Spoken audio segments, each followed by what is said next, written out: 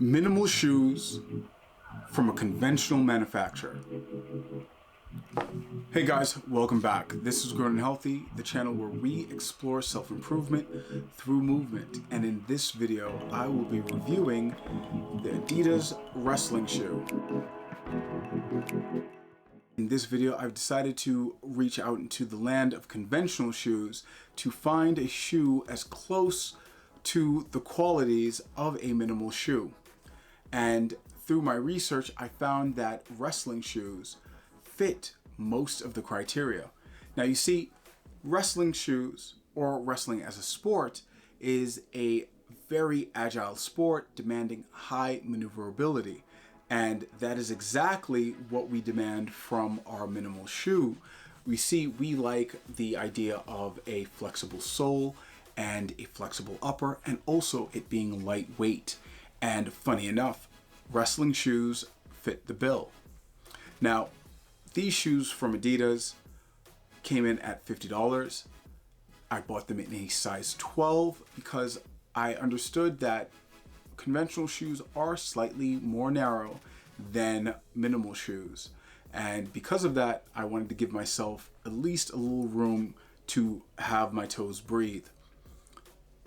Now, funny enough, these shoes come in almost lighter than most minimal shoes at 202 grams and with a heel width of 80 millimeters and also a toe box, which of course, being a conventional shoe, is far narrower than barefoot shoes at 98.5 millimeters, at least 10 to 15 millimeters narrower than most barefoot shoes.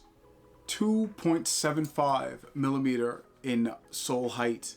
Also, it has no toe spring and no arch support. And this is great news because it shows that conventional manufacturers are already making at least 90% of what would be considered a minimal shoe. If we can just ask them to add 10 to 15 millimeters to the width of the toe box, we would have a minimal shoe from a conventional manufacturer. They've been making these shoes for decades, and they are well versed in not only the technology and design, but also the manufacturing process.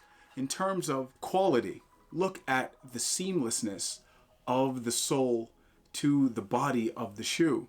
And not only that, look at the quality of the suede-like material on the lower portion of the upper. This is what we're looking for as a community. We're looking for great design. We're looking for maneuverability and non-intrusion through toe spring and large heel heights.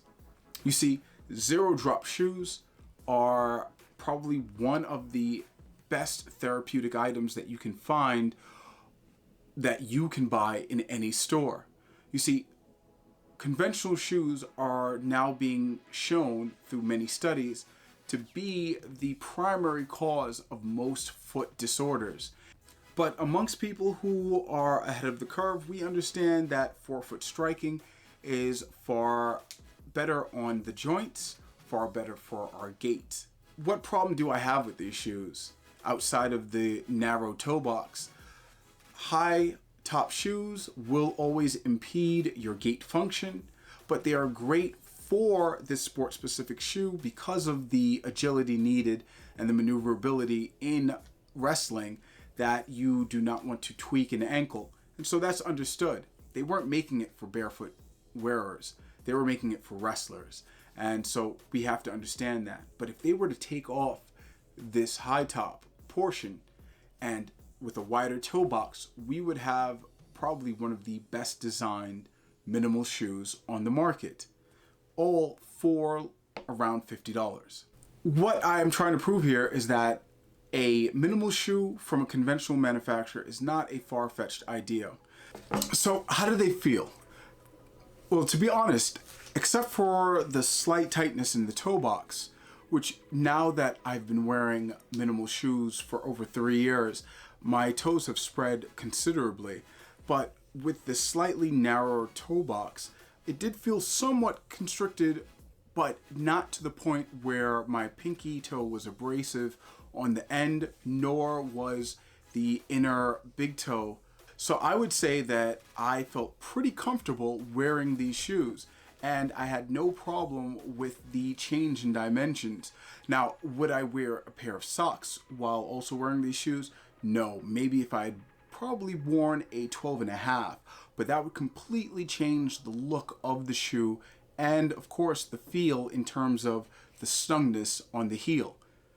Now, with maneuverability, I found it to be great. I lifted weights, performed deadlifts and squats wearing these shoes, and it felt secure. I felt that this shoe, outside of the narrowness of the toe box, fit all the criteria that I found necessary for a barefoot shoe. For gym work, this is an excellent shoe, providing great breathability, great durability. In the future, if there is any update, if something goes wrong in terms of the craftsmanship of the shoe, I will definitely post an update here on my page. But as far as I can see, this shoe is pretty phenomenal value, $50, and hits all the right marks. I believe that if you look into the category of wrestling shoes, you will find many conventional manufacturers who are providing a great alternative to the minimal shoes that we are being offered. You see, minimal shoes are still a very small niche, and because of that, we have smaller manufacturers, or at least some masquerading as smaller manufacturers, actually charging far higher prices for less material.